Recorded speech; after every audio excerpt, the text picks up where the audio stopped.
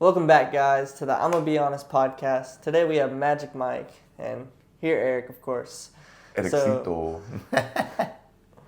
So today we're going to be talking to Mike about just his life and how he came across us. This is my first interview without my brother in it, so it's kind of nerve-wracking, but it's exciting because I don't have his ass around. Don't be nervous. You're going to be really nervous. I'm sweating. No, I'm just kidding. All right, man. So I just want to dive in and understand who are you and what's your story and what you do for a living. So I have a 10-year overnight success story. We just hit 1 million subscribers on YouTube. Of course. Cool. I was about 6 failed businesses and then started a nursing YouTube channel that we scaled up into about, probably 10,000 videos now. Damn. I know. We basically grown to help out over 1 million nursing students in the past 10 years. And we have close to 100 million views on YouTube right now. And we have 30 employees. And the craziest part, though, is that it didn't happen overnight, right? It was like a 10-year process. And when I was your age, I was actually not really knowing what I really wanted to do in life. I was working on an ambulance because my brother was doing it, going to fire because, he was doing the fire academy. And I was like, well, maybe I should be a firefighter. Never wanted to be a nurse. That was like the bane of my existence. I'm like, men don't be nurses. And I'm like, I was trying to talk all my buddies out of being nurses. Yeah. So I was trying to go to PA school. Anyways, long story short is right around 21, I started reading business books. And there was a really good book that says you have to fail 9 times before you succeed the 10th time. Mm-hmm. So right around 24, 25, after failing at my 5th business, I was $8,000 in debt. So I decided to just go to nursing school. Got into nursing school, and because I was a paramedic and on the ambulance, I never really took nursing school seriously. It was just really easy. And so I was showing up late, I was turning assignments late, and I got a bunch of write-ups. I still hold the record for the most write-ups. In nursing school? Yeah, I have like 7 write-ups at Cerritos College in California. Probably not the best record to have, but... where did you go to school at for nursing? I did my associate's degree at community college in California. And it's funny because a lot of people they shit on community colleges. Yeah. And it's like, whoa, blah, blah. But dude, I was in and out in like 2 years, $4,000, and nurses get paid really well. Like in California, like you can easily make $100,000 a year as a nurse. Yeah. And but the problem is like finding what you're good at and finding your niche, and especially with like younger generations. I'm not sure about you personally, but I've noticed that kids these days, they just want instant gratification so fast. Yeah. And it's like, well, I need to be at the top. And like, dude, everyone grinds, dude. Everyone starts at the bottom. Like, I failed 6 times, and I was $8,000 in debt. And then I even went to nursing school, right? So it's like, there's something to it where you have to learn before you earn. Yeah. And if you grow your brain, you can definitely grow your bank. So early on, my biggest thing, my biggest piece of advice to anyone that wants to start their own thing is you're only 7 books away from a totally different mindset. You're 7 books away, and it's actually the 5 people around you that you surround yourself with. Really? Yeah, so if you're like surrounded with people that aren't really doing much of their life, or they're okay with being mediocre, well then you're going to be mediocre too. Yeah, true. But if there's other people around you that really motivate you, like your brother really motivated me. Yeah. I met your brother at a bachelor party. There was like 9 or 10 dudes. This was like almost 10 years ago, 2014. 10 years ago? Yeah, 2014-ish, yeah. I thought you guys met way sooner, because I was actually going to ask how you guys met. Oh, really? Yeah. Yeah. And I was like, oh, there's another nurse. So I'm like, he's probably gay too. No, I'm just kidding. It turns out he was. No, I'm just kidding. A lot more gay than me. No. Yeah. No, but listen, gay's trending right now. It's great. It's good. It's in. Yeah. We support it. Anyways, long story short is a lot of the guys, no one was a nurse. And so obviously when we started drinking, they're like, you're a nurse. And they found out I had a YouTube channel. Yeah. It's like, dude, Johnny's a handsome looking dude. He can be on your YouTube channel. 90% female base. Draft Johnny into your Hall of Fame or like, your Draft team. Johnny, yeah, so that's where we came up with the name Johnny Draft Pick. Oh, for real? Yeah, that's where the name came from. That's his Instagram name, right? Yeah, it was before it became Johnny Anesthesia, before I went to anesthesiology school. That was it for a long time. But the one thing that impressed me about your brother was that one thing that I was trying to grasp back then was making money online, because I actually lost money online. And once I started making money, like the first year, from making zero online, this is the 7th business. I didn't think it was going to go anywhere. And I was like, okay, let's make 5 videos. So those 5 videos got a few thousand. So I made 50 videos. And then that's got a few more thousand views. Yeah. I'm like, no one's ever going to pay for this. So I started just offering a product for $19 on udemy.com, which is like a place to host your course. Yeah. And now they have like Skillshare and things like that. And the first year I made 900 videos. I just, every Friday would just do 8 hours of content. It turned out to be like 100 videos a month. So long story short, first year we made 350,000. The next year was like double or triple that. Yeah. And so I met Johnny like right on the rise of that. And so it was like really good success. It was like me trying to comprehend like how I made so much money. I always thought that it's never going to last. It's just a fluke. Yeah. But then Johnny really inspired me because he was really good with his finances. He knew how to balance partying, going to school with his goals, but also like that life balance, which I'm always like feast or famine. Yeah. Like I'll just go into hard work mode or hard party mode. And I don't have that balance. Like Johnny was like, dude, going to anesthesiology school, which is no joke. Yeah. It's a lot of money. It's very intense. But even so, his first semester, he managed to go to Greece with me. He managed to, I think he closed on a cabin either that year or the year before, somewhere in there. I don't know, maybe a few years before. Bear. Yeah. I'm like, dude, that's a lot of money. And you're going to anesthesiology school. And you have, you're working at the same time. Like, what the hell? Like, this guy's Superman. Yeah. And so I'm like, man, I need to keep this guy in my circle because there's so much to learn from him. Yeah, and he's a really cool guy, super cool under pressure. Yes, he is. So cool. He's like, he's like Johnny Bravo. He's so friendly. So well, he's kind of a dick, but yeah. No, I'm kidding. Kind of a dick. No. He's the most. I would say your brother's like probably the most positive guy I met. Yes. And that rubbed off on me. So yeah. Most definitely. For sure. What is success to you? Like, Yeah, success has changed through my life. What I used to think success, like when we were growing up, right? We kind of like learned from our parents. We grew up in the 90s, right? Yeah. And so back then, like success was never work-life balance. It was kind of transitioning to that. Like our parents would always say like grind your bones till you die for your job, It's like, it's all about your career. It's all about... You got to go to college. Yeah, it's all about the money you have and the things you have. And I'm really excited about your generation because there's so much to learn from you guys. And now mental health, work-life balance, enjoying your life, enjoying what you do, something your brother has like always done. Yeah. Something that I had to learn has changed because I always just thought that being financially free and doing what you want, when you want, with who you want was success to me. Was the goal. Yeah. All I wanted to do at 21 when I started reading these business books, like for example, 4 Hour Work Week by Tim Ferriss, probably one of the best books I've ever read. Rich Dad Poor Dad. There's also a really good book called Getting There, which shows you how like entrepreneurs fail so much. People just see the top and they see like, oh, well, I just want to get to the top. It's like, no, dude, that's not how life works. Yeah. But understanding the process that goes behind it and really just the life you want to create. All I really wanted to do at 21 was just travel the world and work online. And so fast forward that till now I'm 36. I've been to 60 countries. I work remote. What's your favorite country you've been to? Oh man, I'm a Pisces, so I love the beach. Oh, for real? Yeah, the 3 B's: the beers, the babes, and the beaches. So yeah. And so yeah, I love Bahamas. I've been to Thailand 6 times. And Thailand? Yeah. Why so many times? Dude, it's just amazing. The food is great. The people they call it the land of smiles, so it's super safe. But the beaches in like South Thailand, they've shot in so many movies, from James Bond to like Leonardo DiCaprio movies. Oh, really? Yeah, it's like, and I've been to Thailand too. I've been to Cambodia. I've been to Japan. But I really want to go to Japan. Yeah, dude, Japan's crazy in terms. It feels like you're on a movie set. If you go to Kyoto, which is like the historic district with all like the geishas, it's weird, dude. Like no one talks on the streets. Yeah, no one eats on the streets. And then like all the Uber drivers wear like white gloves and a top hat. Really? It's really like you can just hear like the cars passing by like.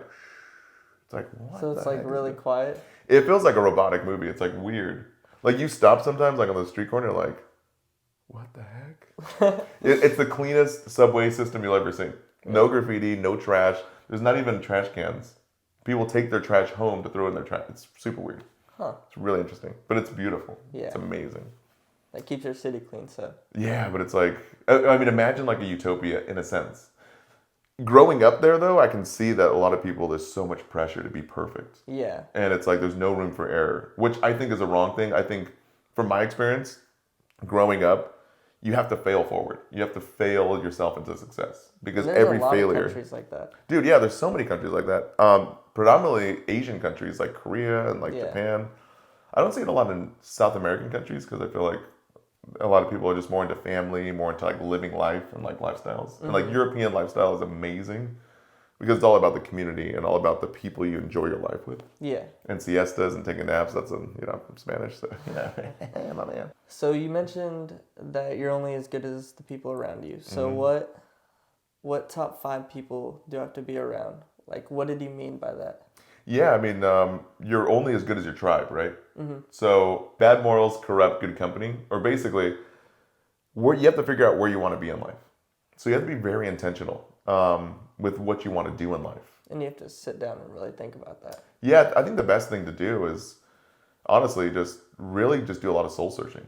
One of the things that I wish I would have done early on was take a trip by myself, or do a road trip by yourself, or be out in a meditative state. I love doing that. Yeah, just like, who do you want to be? Like, this is your reality. This is your Disneyland. This is your like life story. At the end of your life, do you want to read the book if your life is an autobiography? Like, would you actually want to read that? Once you figure out your direction of like what do you want to do and why, they always say focus on the what and the why, and the how and the when will come later. So if you want to just smoke weed all day and just be a bum, then that's okay. Like, just choose that. Just like Ricky Williams, the guy that was a Dolphins like running back. But I mean, or like, but if you really want to do something that's like meaningful and brings you meaning and really contributes to the world, then then that's how you find your tribe. That's how you find people around you. I never really strive to want a family or want kids, but I love to educate. I love to see people smile. I love to use my talents. I'm like a showman. Yeah. And I love to like just use my talents that God gave me. Because I don't want to waste my shot, Yeah. I don't want to just waste it. You make people laugh and smile all the time. So that's the most positive dude I know. So. Oh, thanks, man. Yeah, of course. And so, like, once I figured that out, like, they always say your vibe attracts your tribe. So once you figure out your direction, that's when your people start coming to you. So that's the reason why I hang out with Johnny, because, like, I'm like, dude, Johnny's, like, always in a positive mood. He's always like, dude, where are we going next? Always planning travels. I've never seen him get mad. No, I've never seen him get mad. No, yeah, have you seen it? Neither. I've never seen a gay guy yawn. Have you ever seen him yawn? No, I've never seen him. He's always just up. He's pumped about life, man. He just like he's yawning now. No, but I've been to like so many countries with Johnny, and traveling is tough. Like when people only see like the Instagram. Like if you haven't traveled, right? People only see like the destination. Yeah. And it's like, wow, that's beautiful. They don't know how you got there. Dude, you have to book so many tickets. Your luggage gets lost. Dude, I got stopped in immigration in Mexico, dude. Oh, yeah? Why? You're Mexican. Well, yeah. Like, you can't come back to the country. Well, my passport was different from my mom's and my little brother's. I don't know if it was because I'm adopted or what. Oh. But it was really, I had to wait there for like probably an hour or two. Whoa. Yeah. And then they finally called my name up. They're like, okay, you're a U.S. citizen. I was like, I know. You don't even know Spanish, dude. Yeah, How are you going to be caught in Mexico, and bro? they finally released me. And they released you? And then we lost my mom in the airport. We couldn't find her, dude. Because she gave my little brother her phone, and she went to go try to find me, I guess. Dude, you guys just go to the shopping section. You'll always find your mom. You'll be good. No, that's my mom, at least. But, dude, it's funny because I lost my mom in a China airport. Yeah. That's probably even worse. It was my mom's second time traveling, like, abroad, other than, like, Mexico and stuff. Yeah. And we were all together as a family. We went to Thailand as a family together. And for some reason, like, her ticket didn't have the connection or something. And so we were in Beijing. And so my brother, his wife, and me, we got on this, like, the little tram that goes over to the airplane. And then the lady was like super like, I don't know, just like super stoic, like communistic, like, I don't know, China, just like, no, you can't go. My mom was like, no, that's my family. Please let me go. And we were like leaving. We're like, wait, what? Like, let me check your ticket. Like, we're leaving now. Like, they were pushing us on the shuttle. We're like, all right, Mom, sorry, we have to see on the other side. So you really left your mom? We had to. And so we landed in Bangkok. So good. And my mom like got on a flight 2 hours later. And so we went to the aquarium, and like I didn't even know they had an aquarium in Bangkok, which was really cool actually. But anyways, it was really cool for my mom because I was trying to teach her. We went to actually we did go to Europe together. I flew her out there when she retired. My mom's a badass dude. My mom's amazing, and I feel like at the end of my life, this is how success is really like, to dovetail this or merge it in. Success now is giving back. I've learned that you have to cultivate a mind of gratitude and gratefulness. Because so many people, and we see it all the time with like, our older generations, where it's like lawyers, doctors, dentists. They have all the things, $1 million houses. They have everything that money can buy. They have everything, but they have nothing. Yeah. They have no peace. Happiness. They have no happiness. They have no gratitude, no joy in life. And I don't want to be that way. I've seen it so many times. And I'm like, no, like life should be about helping and not about having. So once you do get it, once you do get to where you go, it's not about getting more. It's about giving more. And my mom gave me just so much. When we were little, literally, there was 2 schools. One school across the street was a public school. She was getting paid $4,000 a month in the 80s, which was really good money. Yeah. And then we were going to a Christian school across the street because we grew up super Christian. And we were going to school there. My mom was a kindergarten teacher. And the principal was like, hey, you should come over here and be our teacher. We need a kindergartner teacher. Yeah. She's like, okay. And they're like, well, how much is the compensation? They're like, well, it's only $800 a month. And she's like, what? That's an 80% pay cut. And so she decided to do it for my brother and I. Dude, she gave up 80% of her income for 7 years to teach my brother and I. She's like, I'm only going to do it for 2 years. And so my brother's 2 years older than me. And my mom said when I was like 4 years old and going into kindergarten, I like looked her up like with my like big beady eyes, like the Puss in Boots from Shrek. And she's like, I still remember it. She told me this thing like last week. She's like, are you going to be, I told her, I'm like, are you going to be my kindergarten teacher too? And my mom was thinking about like going back to work because they just bought a house. Yeah. And they're like, oh man, we're behind on bills and stuff. She's like, I need to get that $4,000 a month. And then after seeing my face, she's like, okay, fine. I guess I got to be your kindergarten teacher too. So yeah. Yeah, it's only fair. Yeah. All right, so you asked this question like, what does success mean to me early on? And just to reiterate and just recap it, success now means to me, it's not about being at the top, because it was weird, man. Like the weirdest thing is like once you actually get going to where you want to be, and you have, $1 million company, you have 4 properties, and you have everything you ever wanted. Yeah. It's like you look at you kind of like get to the top of the mountain, you look around, it's like, for me it was just like the wind was blowing in a sense, like it was like wow, things are kind of like not that empty, but kind of like lonely at the top in a sense. Yeah. It's like you've been trying so hard to get to this golden city. And once you actually get to that golden city, you realize it's just a bunch of cardboard and it's all fake. And it sucks whenever you have no one to share it with. It's true. And that's why I really like relationships now. So like 5 years ago when my company was going bankrupt, because it was a family business and there was competitors just eating us up, we were 3 years of losing seasons of like 20% decrease. And I'm like, if you add up the numbers, you can only survive that for like 5 years until you're totally bankrupt. Mm-hmm. And at that point, I was like at a Jesus take the wheel moment where I'm just like, I can't do this with all my ego, with all my pride. And it was coming from a place of like, I need to bring this company back and bootstrap this and do it all myself. Yeah. And I remember going to the urgent care like 3 times that year for panic attacks. I just thought they were respiratory problems. Mm-hmm. Like someone was sitting on my chest. Because I used to smoke cigarettes back then and I quit. Yeah. But I just thought it was that. And the doctor was like, no, we did x-rays and you're perfectly fine. I'm like, huh. And he's like, it's just anxiety because your blood pressure is a little high and all these things. I'm like, what? So that year I decided to get into float tank therapy, which is like forced meditation. Isn't that where they shut you in a tank and it's like pitch black? Yeah. Dude, I've seen that. Have you seen it's that? Actually, it kind of looks cool. Dude, it's intense. Really? Because, okay, have you ever tried to meditate? Probably not. No. Really? At all? Like not even 5 minutes? I mean, maybe in the sauna. Okay. Like, yeah. You ever like quieted the mind? Mm-hmm.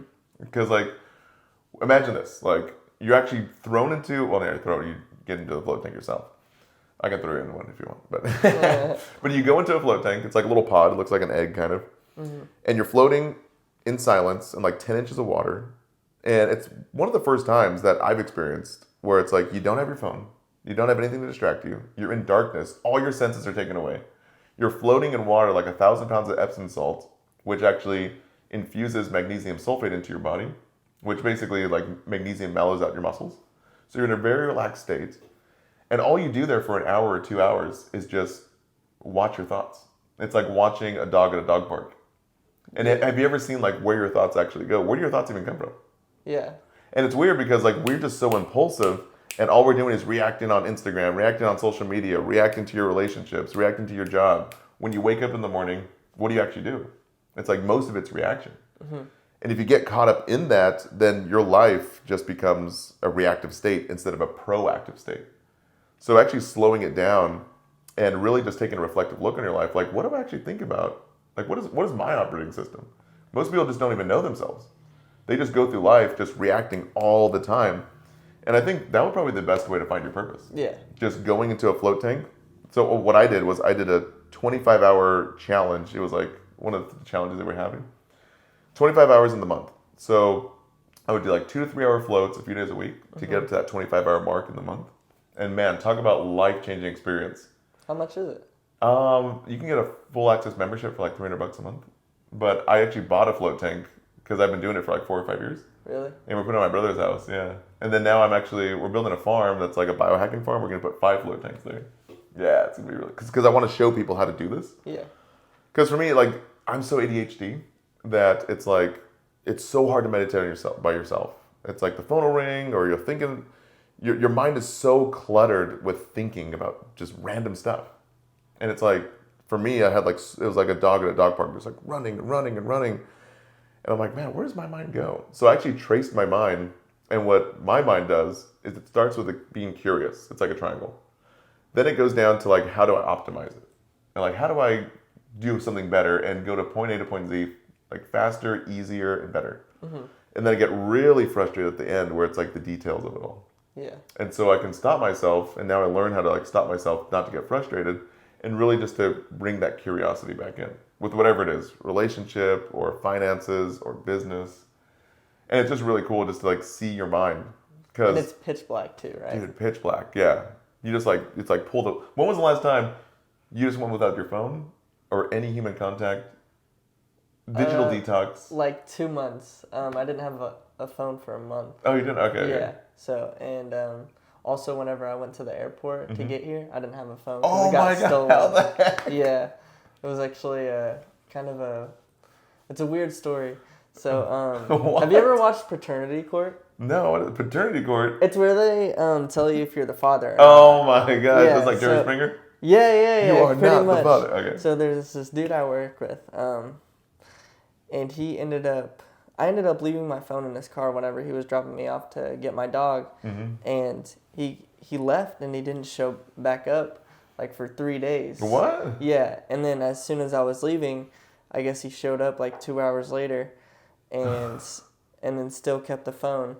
I guess he sold it or left it at some house. I don't know what happened. He sold your phone? Yeah. What kind of coworker is this? Yeah. We called him Crackhead Chris. Oh my God. Do not. What did we learn from this? Do not take any free rides from Crackhead Chris. All right? Yeah, we did learn that. This episode has been brought to you by Crackhead Chris. If you want to get your phone stolen, call us right now.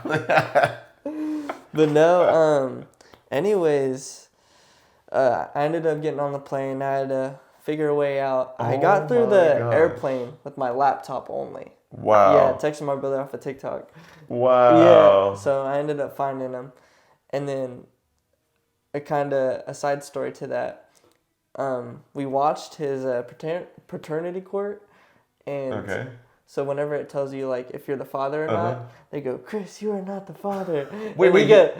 Chris was on the show? Yeah, he was on the show. Crackhead Chris? Yes, he was on the show. Oh dude. my He was on the show, and he goes, you What? are not the father. And he goes, I could have told you that. That's exactly what he said to the lady, dude. It was hilarious. Wait, what? Yeah. Where's the phone though? I don't know, dude. Yeah. Some crack house. He was calling his baby mama? Yeah. Oh my gosh. Trying to get on paternity court. So what does success mean to Chris? No, because my success is not Chris's success, right? No, it's not. Yeah, Chris came up. He got the phone. He has no baby mama drama. But I mean, that's what I mean. Like, if you want to be like Chris, then that's perfectly fine. Like, do your own thing. But if you don't, like I don't, most people probably don't. But that's what I mean. Like your vibe attracts your tribe. So most people don't know themselves. Or So are you calling me a crackhead? I don't know. Like, are you? That's it. Only on Wednesdays. Only on Wednesdays. Yeah. Crackhead Wednesdays. Brought to you by no. Brought to you by. No, but that's the beauty of life too. It's what you do consistently, and most people don't even know the habits they fall into. So that's why it's better to do.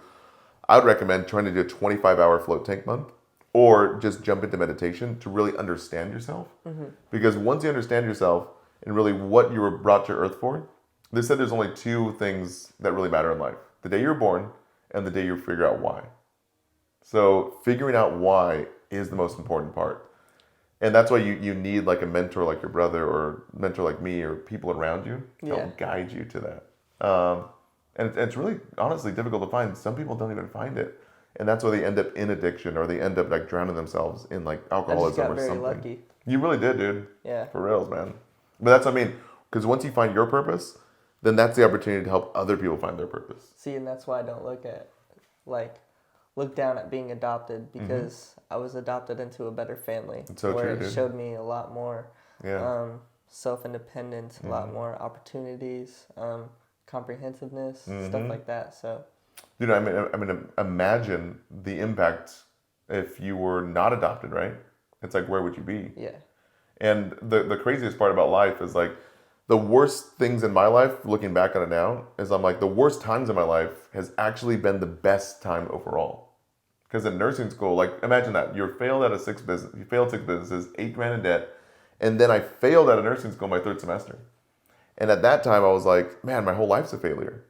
I'm like, dude, what am I going to do? I can still get back into nursing school, but what am I going to do? And so I sat down with my dean. She's like, I know that you can do this, you can teach, and you can tutor. She's like, just show me like a project to get back into nursing school. So that's when I started the YouTube channel. And I made 5 videos when I was tutoring students. And they were saying like, dude, just put this on YouTube. I'm like, dude, YouTube doesn't work. I already tried it 3 times with fitness. And so long story short, it's like, what I thought was like a big, L. You guys call it an L? Yeah. Okay. What I thought was like a big loss at the time, 10 years later was the biggest win. Because I'm like, you only have 2 choices in life. You can get bitter or you can get better. But it's only up to you. No one can make that choice for you. And so if you decide consistently, it's like muscle memory. It's like going to the gym, right? It's like you can decide every day to get just a little bit better. How can I just do a little bit better?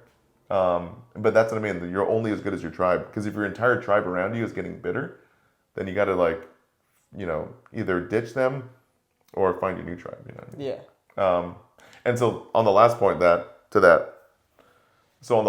that is like what I call the buck system. So they say to find your people around you, it's BUCK. So if you find people, everyone does this though in their own mind. If you find yourself blaming others for your problems, the B. The U is being ungrateful. And then the C is complaining about everything. Then you have the K. Kick them out of your life or kick that mindset to the curb. Yeah. So for me in the morning, I always saw a complaining mind. And so that's why I start every morning now with I shut my phone off on airplane mode for 30 minutes. And then I just do 20 minutes of gratitude and journaling. And so they say however you start your morning, that's how you start your life. And sunlight and salt. Yeah, sunlight and salt and all the body stuff. Yeah. So yeah, but it's crazy because I think your mental fitness, not a lot of people focus on that these days. They focus on going to the gym, eating right. There's so much you do for your body. You clean it, you wash it, you sleep it. When was the last time you actually did something for your mind? Yeah, for your brain. Yeah, and train your brain. And so my biggest recommendation is the first 30 minutes of the day. Let that time be a time for you to be really reflective and focus on gratitude, because where your focus goes, that's where your energy flows. And so most people, they pick up their phone, they're all distracted, problems, or reacting to memes. So it's that time to be proactive of what you want and why, instead of being reactive. And that's how most people are these days. So. I liked your quote whenever you said the 2 most important things as soon as you wake up and as soon as you fall asleep. What did you mean by that? Yeah, so it's called the bookends of the day. So when you compound because your bookends of the day is the first hour and the last hour. I'm really bad at the last hour. I still need to work on that because we're not perfect. Of course. But I'm choosing to be better, not bitter. But I've really mastered the first hour. But they call it the bookend. I think Grant Cardone talks about this, Gary Vee, I think even Tony Robbins talks about it. They basically say that whatever your habits are in the first hour and last hour of the day, it really dictates who you're going to be over a lifetime. Because your habits translate into your actions, or your small actions translate into habits, and your habits will eventually be your character, and your character will be your destiny. So if you can control yourself and use self-control and discipline yourself for those bookends, then whatever you think about when you wake up, and that's why transitioning your brain and your neurochemistry to gratitude, you're focusing on so many things you're grateful for and where you want to be. And then when you go to bed at night, I'm really bad on my phone. You're not supposed to use that on blue light. And I love memes though, man. Memes are life. Yeah. But the last hour is supposed to be a reflective point as well. So I usually do like an audiobook or just try to listen to something that's motivational. Yeah. But yeah, compounding that over time just to change my life. Like when I was in a negative spiral, I was just doing 3 and 3. So it's just 3 minutes in the morning and you write on a note card 3 things you're grateful for. Just 3 minutes. And I did that for 7 days, and man, it can just snap you out of anything that you're in a negative loop about. It's really impactful for me. Well, I'm also doing the 5-minute journal as well. 5 minutes? Yeah, so it's basically... Those are rookie numbers, kid. You got to bump those. No, I'm just kidding. Yeah. But no, you write in your journal about 3 things you did in the morning, what you're grateful for. Really? And, yeah. Damn, that's really cool. Is it on Amazon? Or where'd you get no, that? my brother got it for me. Whoa, yeah, really? Whenever I first came here. Oh, man, that's really cool. Dang, your brother's a G. Another question, where were you at my age? Like, oh, my gosh, at your age? Yeah. Sheesh, I was broke as AF. No, I'm broke, bitch. No, I was... I remember applying... Same here. I remember applying to a yogurt shop, and they were like, why do you want to work here? I'm like, well, I always have, a passion for yogurt. I'm like, no, I'm broke. No, I'm just kidding. No, I'm just kidding. That was a joke. So at 21, sheesh. Okay, let me think. Let me take it back. My first job was like 17-ish. I was sweeping hair at a hair salon it was like a Sam's Club, or not Sam's Club, Fantastic Sam's, or like Supercuts. It was called, what was it called? I forget what it's called. Great Clips, that's what it was. Great Clips? Yeah, Great Clips, I got my dude. haircut from there. Oh yeah, man, you need to get your money back. No, I was kidding. Boom, roasted. Hey. All right, John, be quiet, bro. I don't want to hear it from you, dude. You need to stay quiet back there, producer. So, and then I didn't know what I wanted to do in life. So my brother, dude, this is crazy because like your brother's helping you. My brother was my example. He was like, dude, just in your last semester in your senior year, you can get a free course to learn how to be on an ambulance. And it was $600 if you didn't get sponsored, if you weren't in high school. So I'm like, screw it, dude, I'll just go do it. And I remember that was so stressful for me because I was like, medical was so hard. But I got through the course, and then I started working on the ambulance around 18, 19, and then was only making like minimum wage on an ambulance, which is really crazy. What was minimum wage back then? Like $8.50 or something like that, or $8.25, something like that. Or maybe it was a little more than it was like that for a while, I think. Yeah. Like 8 years. And then I started reading right around 21. I was going to church. I was super Christian. I was supposed to be a youth pastor. Right around 21, my buddy Brian Weiner, he was like 25 years older than me, like in his mid-40s or late 40s. And he was like a real estate guru. He had like 25 properties. He was making, I think, $100,000 a month. And I'm like, dude, what does this guy do and how does he do it?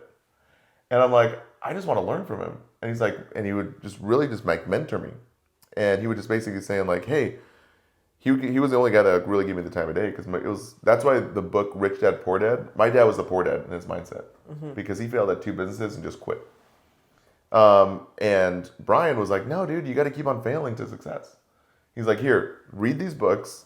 There's like, I think he only gave me like a few books. And he's like, just try stuff out. You got to grow your brain and then you'll grow your bank eventually. And at 21, that's when I started really expanding my mind. And I really started to think about the possibilities of how do other people make it and why can it be for me? And he was the one that taught me that success is just simply a bus stop. Success will always show up on time, every time. You just have to be skilled enough to jump on that bus. Yeah. You have to have those skills to get your ticket and jump on the bus. Because it's the same thing over and over again. And it's always where, opportunity meets your talent is also your passion. And so if you would have told me at 21 that I would have a multi-million-dollar YouTube channel and employ 30 people and have all these properties, I would have been like, no way. Yeah. I'm like, no way. That's the beauty is learning before you earn, and every single stage of life really teaches you. So like every failure was basically a step to the success.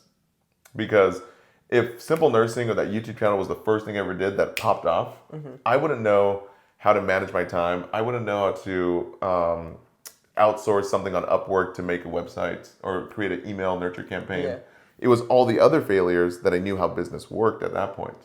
And it was a lot more helpful to make more videos and do stuff like that. Oh yeah, of course, because dude, business gets messy, man. And it's like, it's all about organizing, it's all about team, it's all about listening to what your users want to see and just really learning from that. So the 3 other failed YouTube channels really set me up for success in the ultimate YouTube channel. So there's something to be said about just like failing forward and just learning before you earn, which is amazing. Yeah. All right, young bro Chacho over here. So you've been grilling me on a lot of questions. So how do you define success? Success to me is being around family. Oh, okay. And all right. That's good.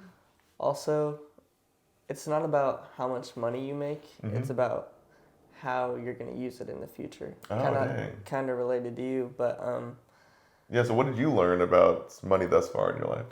well, It's a good story. Whenever I was 16, I got into a car accident. Okay. And I shattered my pelvis. Oh. My femur was pushed higher than my hip bone. Oh. And really? Yeah. Dude, you were running really good. We played basketball today. It was like, I can't even tell. Yeah, which is good. Yeah, I'm really thankful for that as well.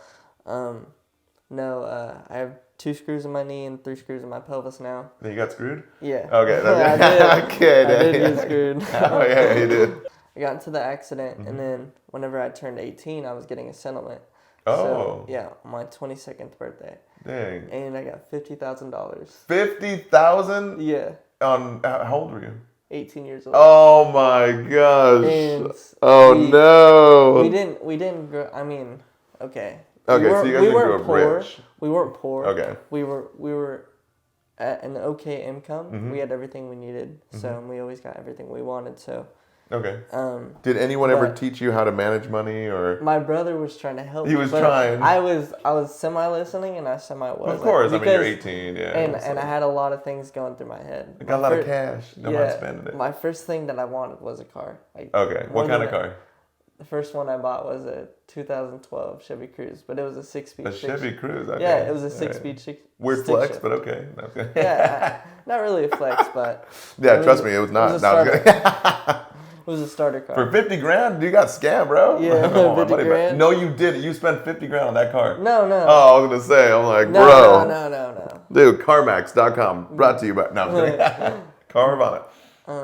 But I ended up buying 4 different cars. Shut up. 4? Why do you need 4? I just kind of would change my mind every... Shut the hell up. Oh, my gosh. Yeah.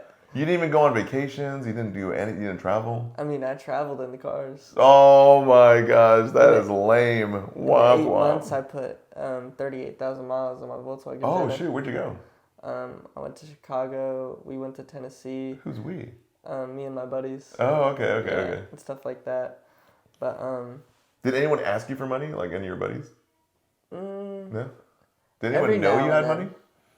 Not really. Oh, okay, good. Well, I mean, whenever they seen the cars and shit, they're like, whoa, what the? They'd be like, they do, but they didn't know. Yeah, okay. Because I didn't really go flaunting about it or be like, oh, I got all this money. Yeah. Like, to my friends, I would, but I would jokingly do it. Yeah. Okay. But, no, I probably spent all that money within a year and 2 months. Wow. Okay, that's pretty good. Okay. So you didn't save anything? You didn't invest in crypto or? Dang, not even $1. I think I invested into some stocks, but they're on the Cash App. Oh, okay. Are they still in there or not? I think I have one stock. Okay, I don't know one stock. Oh my god. I think it's an Apple GameStop. stock. No, okay.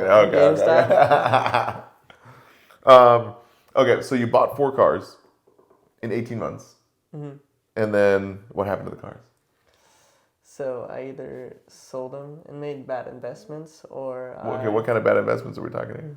Like, I would just buy different stuff, or I'd buy stuff for the car that I was mainly building or working on, stuff like that. Okay. So you didn't make any money back? It's all gone? Yeah.